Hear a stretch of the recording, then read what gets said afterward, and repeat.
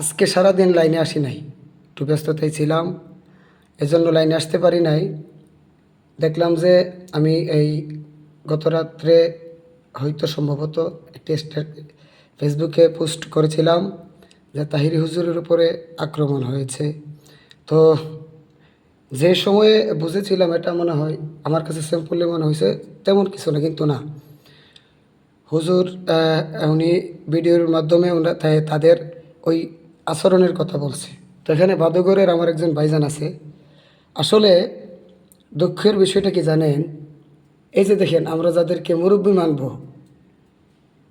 যেই জন্য একবারে চুপ হয়ে গেছি, আমরা যাদেরকে মুরব্বী মানব,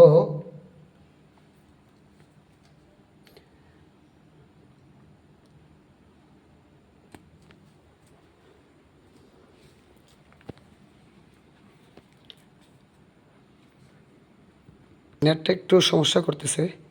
তো বলতেছিলাম আমরা যাদেরকে মুরব্বী মানব, ওই মুরব্বীগুলা আজকে দেখেন তাহিরি হুজুরের উপরে এরকম একটি ঘটনা আজ থেকে অনেক বছর আগে আমাদের ভাদুগর ঐতিহাসিক শাহী মসজিদের যিনি সম্মানিত বর্তমান খতিব এবং ভাদুগর ডিএস কামিল মাদ্রাসা তথা দারুসুন্নাহ কামিল মাদ্রাসার যিনি শিক্ষক, জেনার বাড়িতে আমি আমার বাল্যকালটাই কাটিয়েছি, খুব স্মরণীয়।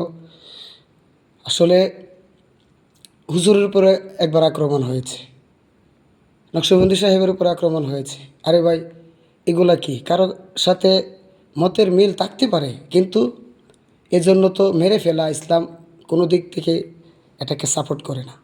তো অবশ্যই আমিও ব্রাহ্মণবাড়িয়া জেলা সদর থানার সন্তান, তাহিরি হুজুরও সদর থানার সন্তান। আমি কয়েকজনের সাথে একটু যোগাযোগ করার চেষ্টা করতেছি, দেখি বিষয়টা কি। যারা এরকম এই দেশের ক্লান্তি লগ্নে এসে এরকম ঘটনা বিশেষ করে তাহিরি হুজুরের সাথে ঘটিয়েছে, এটা তীব্র নিন্দা জানাচ্ছি এবং আহলে সুন্নাত ওয়াল জামাত তথা সকল নবীর প্রেমিকগণকে বলবো আপনারা যার যার অবস্থান থেকে প্রতিবাদ জানাবেন। কে পক্ষ নিল না বিপক্ষ নিল, দেখেন তাহিরি সাহেব যদি ওনার ব্যক্তিগত কোনো কাজে আমাদের এই ইয়াতে যাইতো, দেশ না স্বাধীন হয়েছে, দেশ যদি স্বাধীন হয় তাহলে রসুলের অপমানে যদি না কাঁদে তোর মন মুসলিম নয়, তুই মুনাফিক, প্রিয় নবীর দুশ্মন। তো যদি দেশ স্বাধীন হয়ে থাকে তাহলে এটা কি স্বাধীনতা? একটা জেলার সন্তান আমি, আমি কি আমার জেলায় আমি যেতে পারবো না? আর নবী পাকের শানে কটূক্তি করেছে, এটার প্রতিবাদ জানানোর জন্য গেছে। আপনারা আরও আসবেন, কোরআন এক হাদিস এক সুন্নাহ এক, যদি এই কথা বলেন আপনাদেরই ডায়লগ, আপনারা আসবেন। আয়সা যদি কোনোটা আপনার কাছে ভালো না লাগে আপনি কথা বলতে পারেন, কিন্তু কথা বললেন না, ফারুক হুজুরকে মেরে ফেলছেন। হ্যাঁ, ফারুকিকে মেরে মনে করছেন যে সুন্নিয়ত শেষ না। ফারুকির মতন লক্ষ লক্ষ ফারুকি এই হারানোর চেতনা নিয়ে, নবীর প্রেম নিয়ে তারা ময়দানে কাজ করতেছে, দেখেন। আর তাহিরি ওই তাহিরি, আমি আমার দিক থেকেই বলি, তাহিরি হুজুরের সাথে সর্বপ্রথম যখন আমার প্রোগ্রাম হয়েছে দতকলা ফারেঙ্গাবাড়ি, এর আগে হুজুরকে দেখেও নাই, হুজুরের নাম শুনি নাই, তবে হ্যাঁ আমার দয়ালে বিদায়ের আগে তাহিরি হুজুরকে আমার দরবারে আনছে, এটার পোস্টার আমি পেয়েছি, স্মরণীয় হিসেবে স্মৃতি হিসেবে রেখে দিলাম।